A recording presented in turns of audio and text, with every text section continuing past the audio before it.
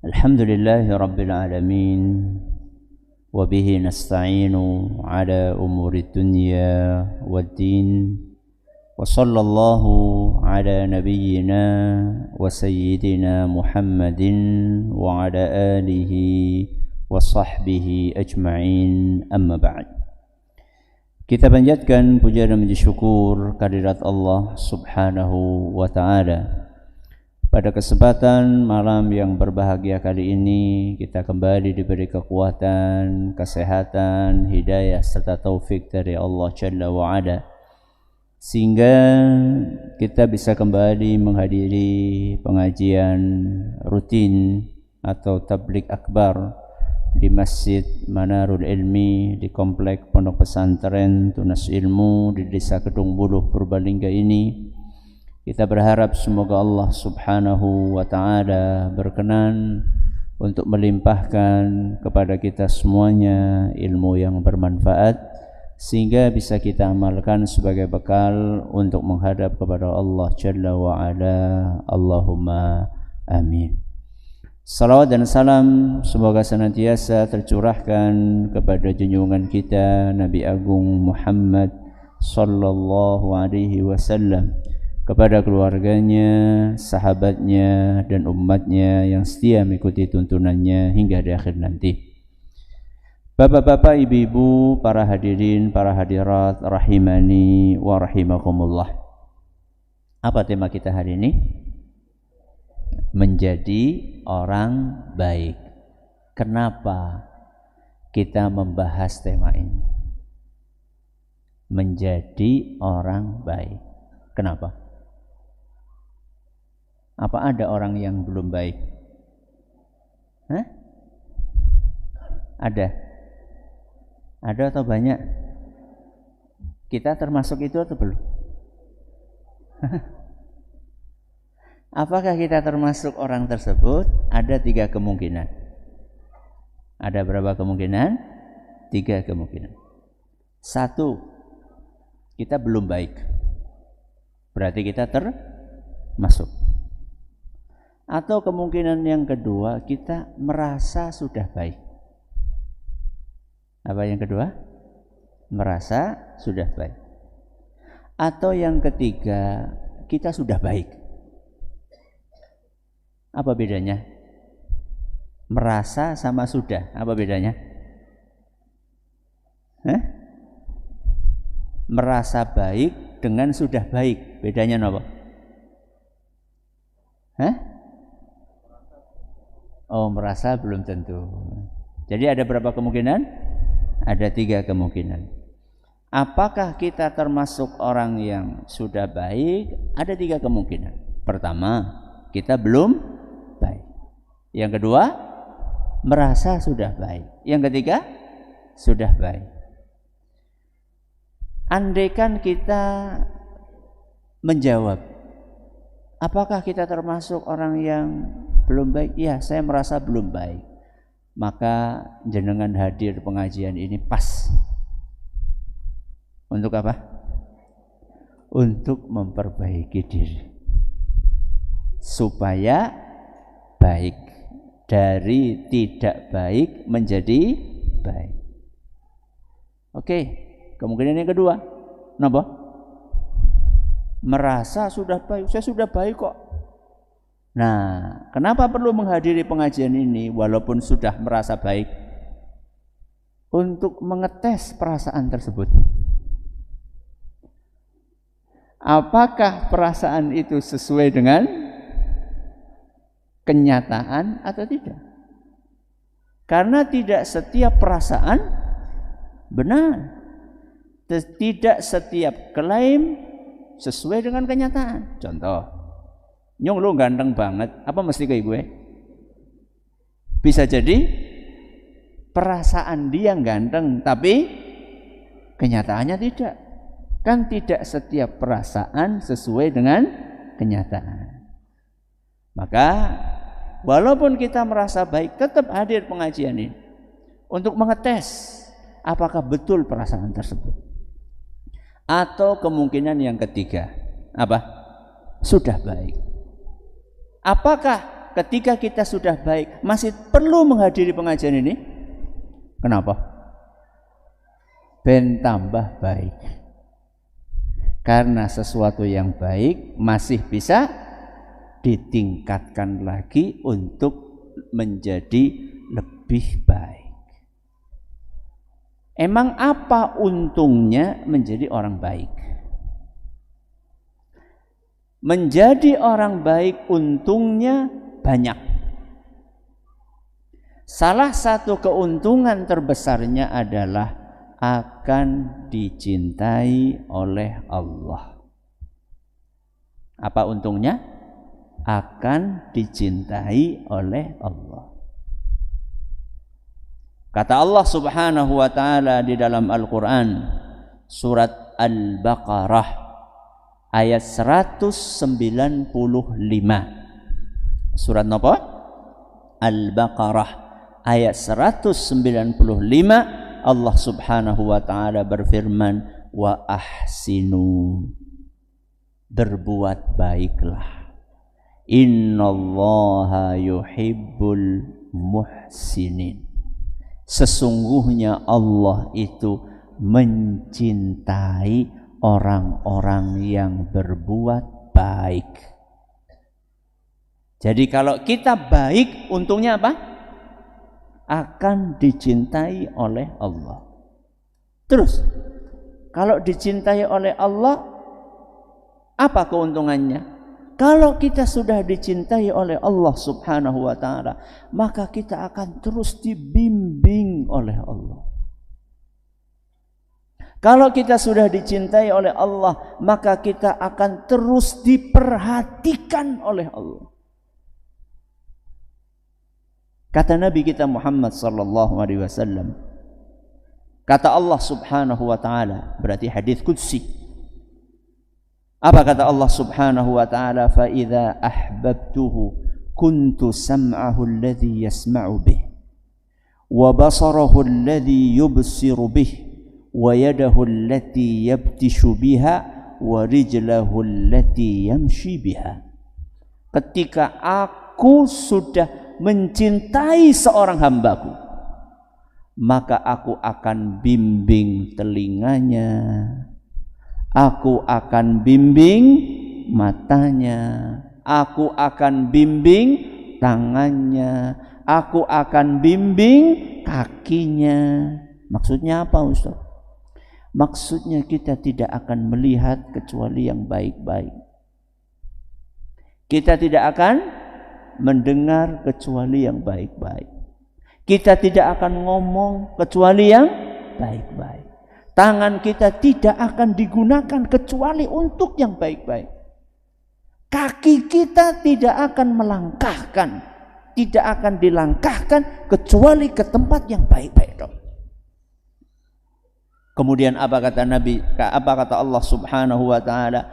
Wala in sa'alani la u'tiyannah. Kalau orang sudah aku cintai, minta apapun akan aku beri. Pengen? Apa jaluk apa? Jaluk suki? Ya. Minta apapun akan dikasih semua. Gimana caranya? Supaya kita kalau minta apa-apa dikasih sama Allah, jadilah orang baik. Karena kalau kita jadi orang baik, kita akan dicintai oleh Allah. Kalau kita dicintai oleh Allah, minta apapun akan dikasih sama Allah Subhanahu wa taala. Hadis riwayat Bukhari. Ustaz, saya pengen jadi orang baik. Karena saya pengen kalau doa dikabulkan. Caranya gimana, Ustaz? Supaya jadi orang baik, kita harus tahu orang baik itu definisinya apa. Siapakah orang yang baik itu? Ini inti pengajian kita. Orang yang baik adalah yang baik lahirnya dan batinnya, yang baik kepada Allah dan baik kepada sesama. Siapa bisa ngulangi? ngacung. Ya. Bagus. Ya. Masya Allah. Berarti orang yang baik itu dinilai dari berapa hal? 4 hal. Orang yang baik itu 1, baik batinnya.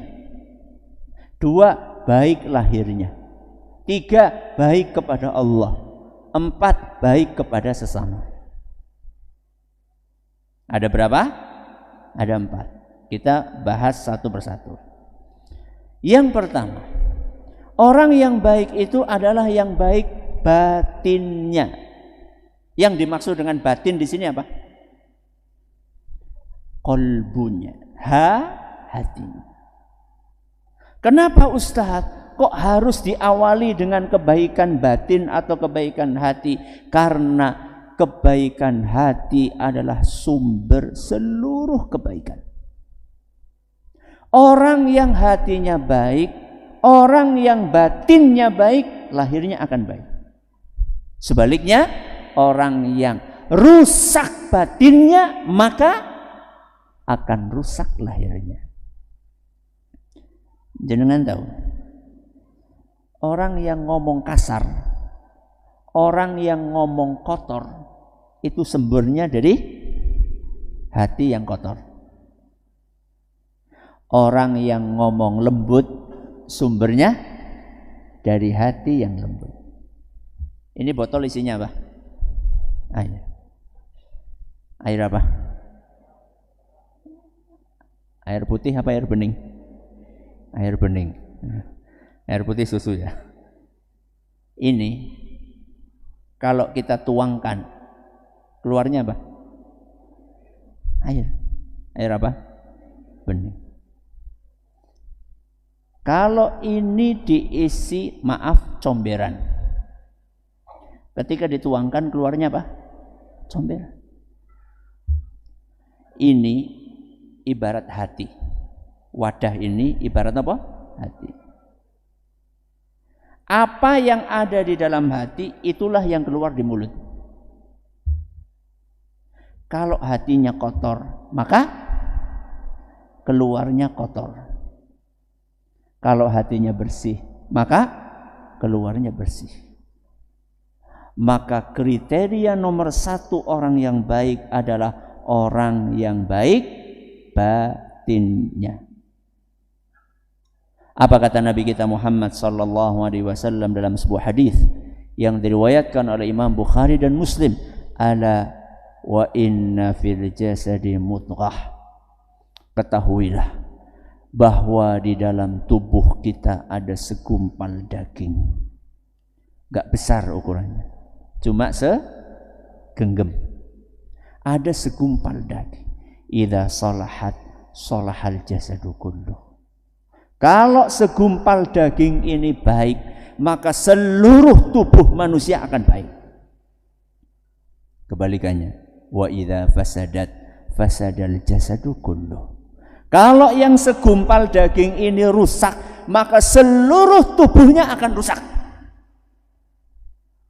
Apakah segumpal daging itu? Ala wahyal qalb.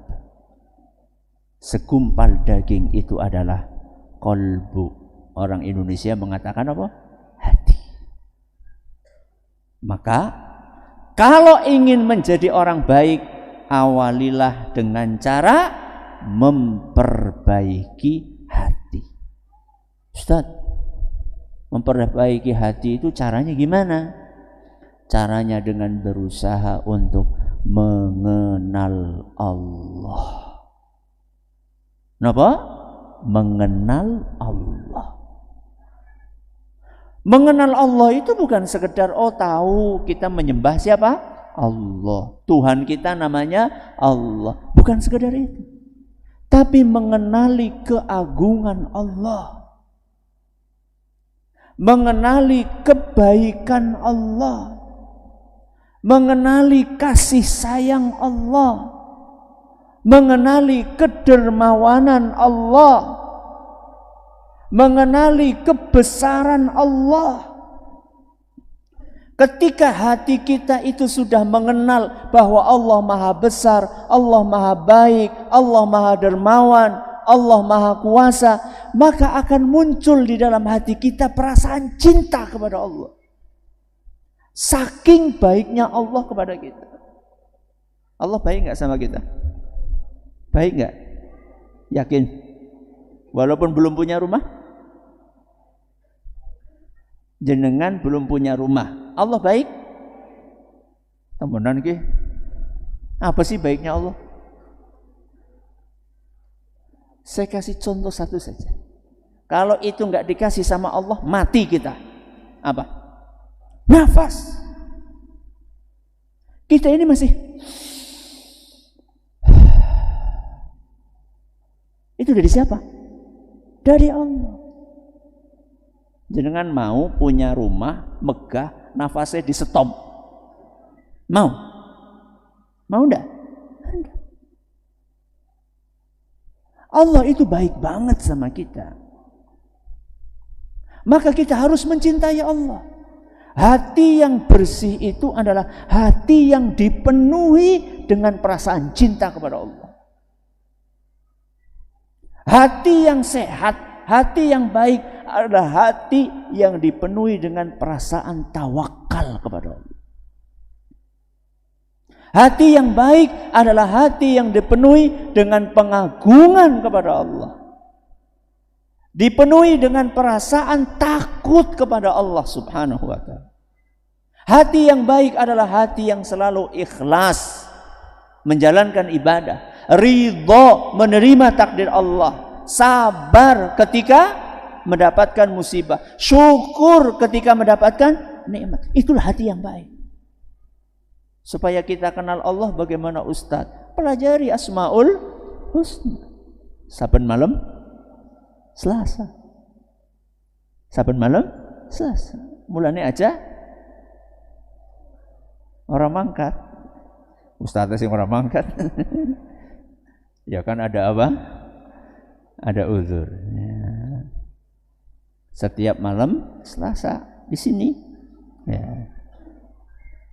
Yang belum bisa hadir dengerin di radio.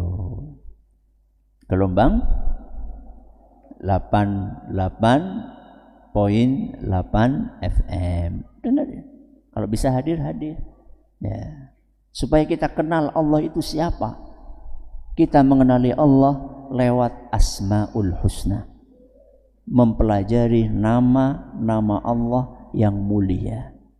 Bukan sekedar menghafal, tapi memahami maknanya apa, kandungannya apa, konsekuensinya apa. Dah, ini adalah poin pertama untuk mengukur orang baik atau tidak. Baik apanya? Batinnya. Yang kedua, nopo? Baik lahirnya. Lahir siapa? Lahir gue sing keton. Nek batin sing ora keton. Batin itu yang enggak kelihatan karena di mana? Di dalam. Kalau lahir yang kelihatan, kenapa? Karena di luar. Apa itu Ustaz? Lahir.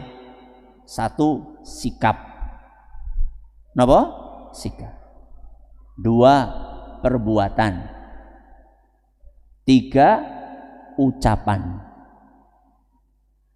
Ada berapa lahir? Tiga. Napa? Sikap. Terus perbuatan. Terus ucapan. Orang yang baik lahirnya adalah orang yang baik sikapnya. Orang yang baik lahirnya adalah orang yang baik perbuatannya. Orang yang baik lahirnya adalah orang yang baik ucapannya. Kita kasih contoh satu-satu. Baik sikapnya.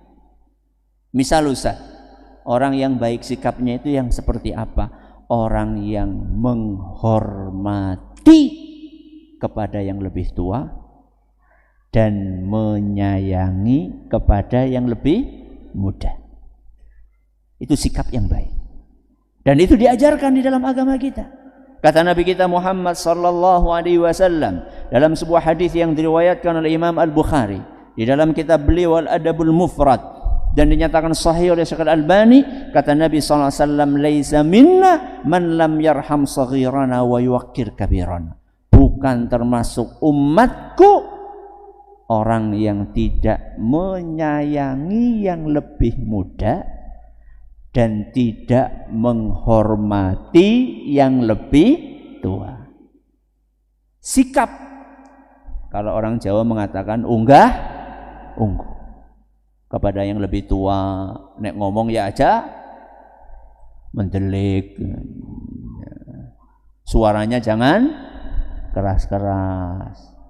Kalau di dalam ada Jawa yo nganggo kromo, inggih Pak monggo dahar, Pak mangan Pak, mongon. Kadang-kadang baduk la ilaha illallah, wong tua kok baduk sih kepriye. Monggo dahar, kopine sampun siap, monggo diunjuk. Ini adalah sikap yang baik, termasuk kepada anak kecil. Kalau kepada yang tua kita harus menghormati, kepada yang kecil kita harus menyayangi. Yang namanya bocah urung sempurna apa nih? Akalnya. Belum sempurna akalnya. Sehingga kalau melakukan hal-hal yang mungkin menurut orang tua nggak pantas, menurut anak kecil ya siapa? Si memper. Maka disayangi, bukannya dibiarkan, tapi ditegur dengan cara yang baik. Contoh misalnya, nang masjid apa? Pelayon. Kan masa ana wong tua nang masjid apa? Pelayon. Ya orang mbok, sing pelayon siapa? Bocah cilik. Maka ditegur, tapi ditegurnya yang baik. Le aja pelayon. Bocah pelayon bae, metu ana. Sidane ora mangkat masjid maning. Ngapa mau masjid kurdi domai tok. Yang halus. Ya, yang lembut.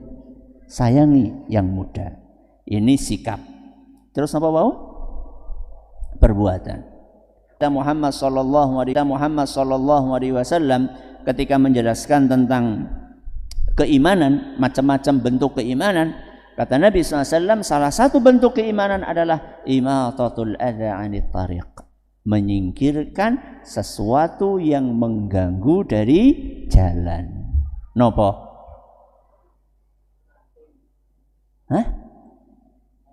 Batu, apa lagi? Hah? Ranting, apa lagi? Beling, apa mana? Paku. Tikus termasuk nggak? Tikus mati termasuk nggak?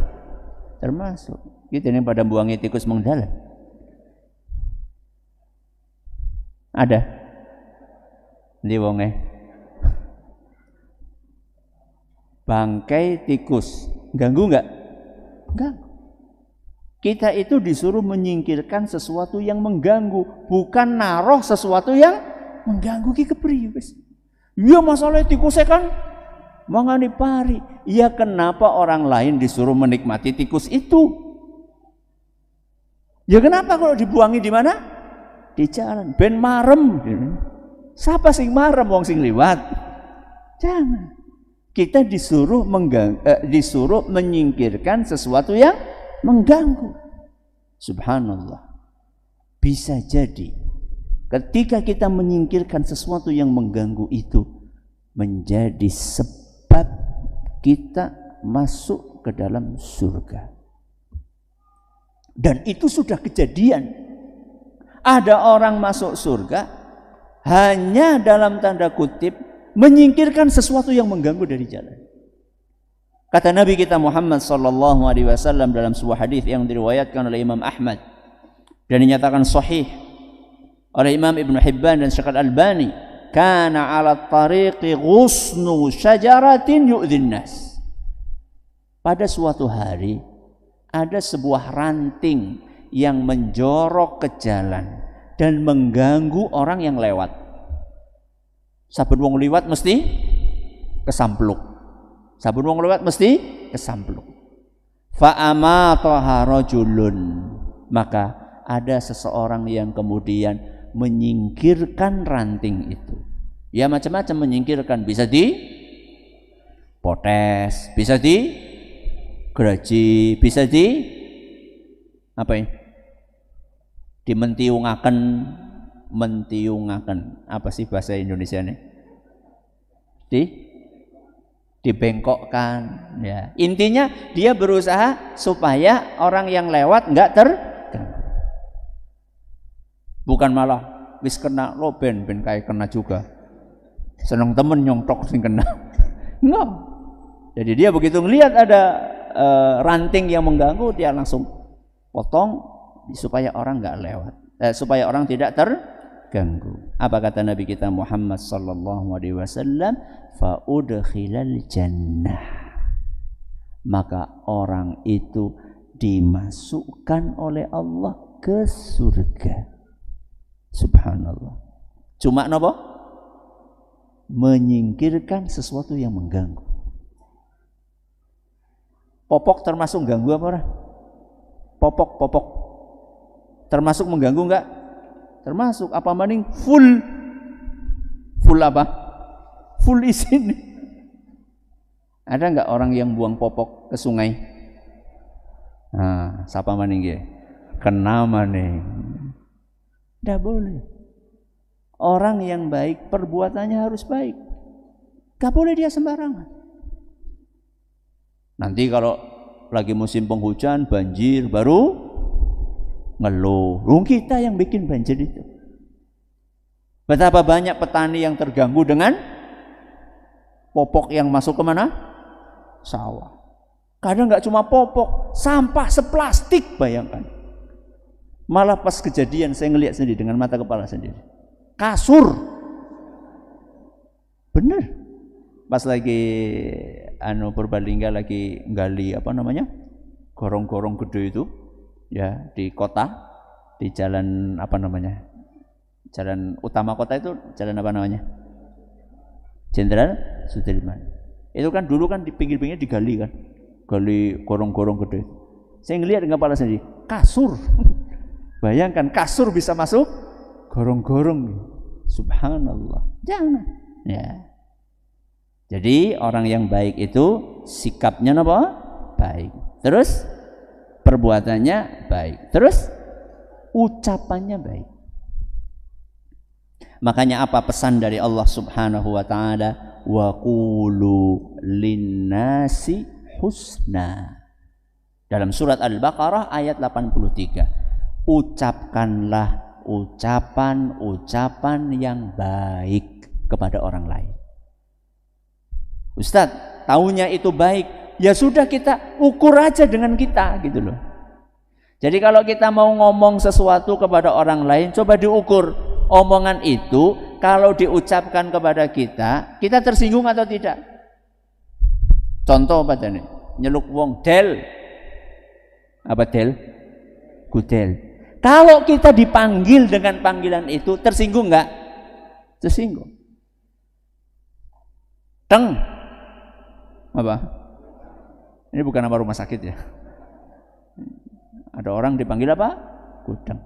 Wong pancen ireng, iya ireng, nek jenengan ireng diceluk gudeng gelem apa ora gitu loh. Enggak, berarti jangan. Berusahalah untuk ngomong yang baik.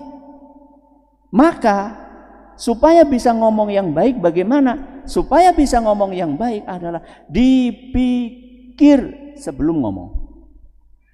Napa?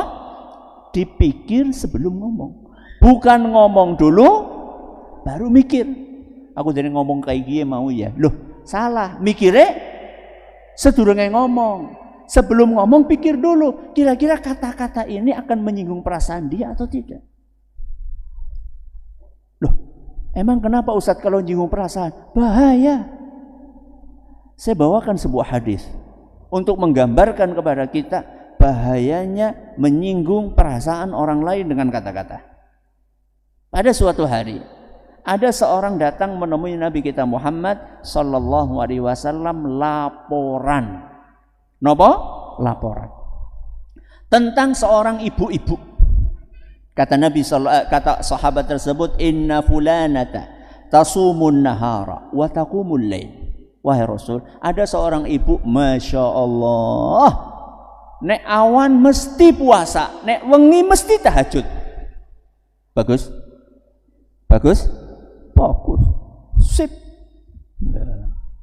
Puasa sunai, masya Allah, tahajudnya, masya Allah. Kekurangannya apa? Wa tu'zi jiranaha. Ibu-ibu ini sering menyakiti tetangganya. Di dalam riwayat lain disebutkan salitah, ngomongnya pedes, nyelekit. Dari satu sisi rajin puasa, dari satu sisi rajin salat. Kekurangannya apa? Sering menyakiti tetangganya. Nek ngomong pedes, nyelekit, menyinggung perasaan. Dengerin apa kata Nabi sallallahu alaihi wasallam. Hiya finnar. Ini wanita calon penghuni neraka. Sing salah apa nek? Salate? Sing salah apa? Puasane? Bukan. Yang salah adalah lisannya. Mari kita lihat ibu-ibu yang kedua. Orang ini masih cerita lagi sama Nabi SAW. Ya Rasulullah, inna fulanata tusallil maktubat wa tasaddaq bil athwari minal aqid. Wahai Rasul, ada ibu-ibu yang lain. Ibu-ibu ini ya sholat, tapi cuma 5 waktu. Tahajudnya enggak. Dan dia rajin sedekah. Ya, sedekah apa yang ada di rumahnya itu yang disedekahkan kepada orang-orang.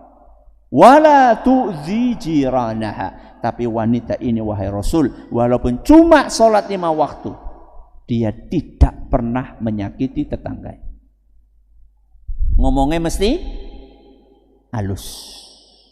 Kalau mau bicara, dipilih betul kata-katanya supaya tidak menyinggung perasaan tetangganya. Apa kata Nabi sallallahu alaihi wasallam? Hiya fil jannah.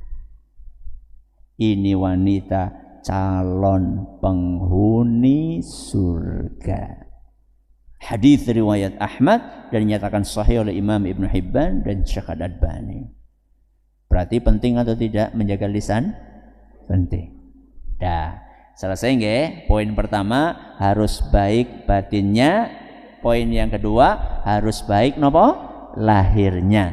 Baik lahir itu adalah sikapnya baik, terus perbuatannya baik, terus ucapannya baik. Sekarang kita pindah poin yang ketiga. Apa coba tadi baik? Baik kepada Allah. Kenapa Ustaz? Kok kita juga harus baik kepada Allah? Karena Allah yang memberikan segalanya. Yang memberi kita umur adalah Allah. Yang memberi kita kesehatan adalah Allah. Yang memberi kita keluarga adalah Allah. Yang memberi kita rumah adalah Allah. Yang memberi kita rizki adalah Allah. Maka kita harus baik kepada Allah. Caranya Ustadz, satu, harus mentauhidkan Allah. Salat untuk Allah, berdoa kepada Allah, bersyukur kepada Allah, bertawakal kepada Allah. Ini tauhid namanya. Kemudian selain tauhid, kita nek dipanggil salat, ya salat. Saya tanya sama jenengan, salat itu untuk kebaikan siapa? Hah? Kebaikan kita sendiri. Jangan pernah berpikir kalau salat itu untuk kebaikannya Allah. Saya tanya sama jenengan, Allah butuh enggak dengan salat kita? Enggak. Kalau kita enggak salat, Allah rugi enggak? Enggak rugi sama sekali. Yang rugi itu kita sendiri. Kalau kita enggak salat, hati kita akan gelisah. Kalau kita salat, berarti hati kita akan tenang. Ala bi dzikrillahi tatmainnul qulub. Hanya dengan mengingat Allah hati kita akan tenang. Dan mengingat Allah yang terbesar adalah dengan salat. Makanya kata Allah, wa aqimis sholata li dzikri. Tegakkanlah salat supaya kalian mengingatku. Jadi kalau kita salat, kita akan mengingat Allah. Kalau kita mengingat Allah, hati kita akan tenang. Kalau hati kita akan tenang, apa-apa akan terasa nyaman. Maka salat. Salat itu enggak butuh waktu lama. Cuma berapa menit? Jangan salat pirang menit sih? Pinten? 10. Ya. Kali berapa? Kali 5. Cuma berapa? 50 menit. Gak nyampe 1 jam. Padahal Allah sudah kasih kita waktu berapa? 24 jam. Sehari semalam dikasih waktu sama Allah 24 jam. Cuma diminta 1 jam. Kok gak dikasih? Kok ya medit temen gitu. 24 jam. Diminta 1 jam untuk sholat. Kok gak kita kerjakan? Padahal Allah sudah baik banget sama kita. Setiap detik Allah memberikan kita nafas. Setiap detik Allah mengizinkan jantung untuk memompa darah. Setiap detik Allah membuat paru-paru kita bisa berfungsi. Setiap saat Allah membuat ginjal kita bisa berfungsi. 24 jam kali umur kita. Yang umurnya 60 tahun berarti sudah dikasih ginjal 60 tahun, paru-paru 60 tahun. Kita cuma diminta 1 jam untuk sholat. Kok enggak kita berikan? Kok ya kebangetan temen gitu. Ini adalah poin yang berapa? Yang ketiga, baik kepada Allah. Poin yang terakhir, yang keempat, orang yang baik adalah orang yang baik kepada siapa? Sesama. Sesama gue maksudnya apa? Manusia apa hewan apa? Sesama makhluk. Terutama kepada siapa? Manusia. Kalau sudah baik kepada manusia, maka baik dengan hewan. Kalau sudah baik dengan hewan, maka baik dengan tumbuhan. Ya, jadi kepada malaikat, kepada jin, ya. Ini adalah kepada makhluk. Maka nomor 1, orang yang baik adalah baik kepada manusia. Manusia yang paling berhak dibaiki siapa? Orang-orang terdekat kita. Sinten? Bapak, ibu.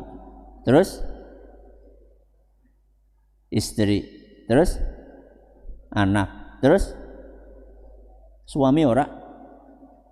Ya suami. Bapak, ibu, anak, suami, istri. Itu ring satunya kita.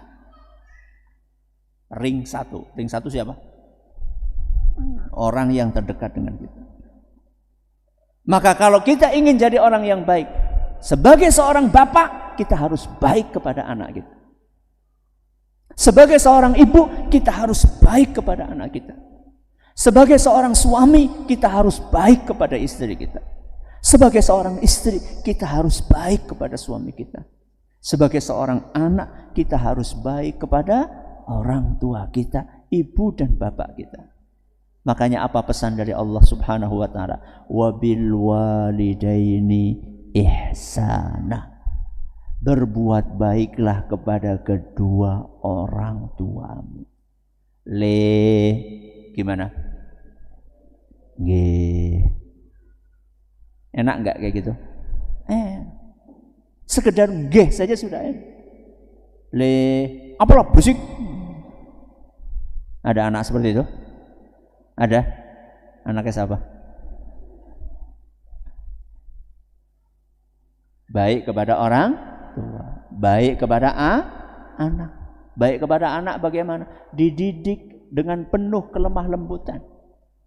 Waktunya sholat diajak kemana? Ke masjid.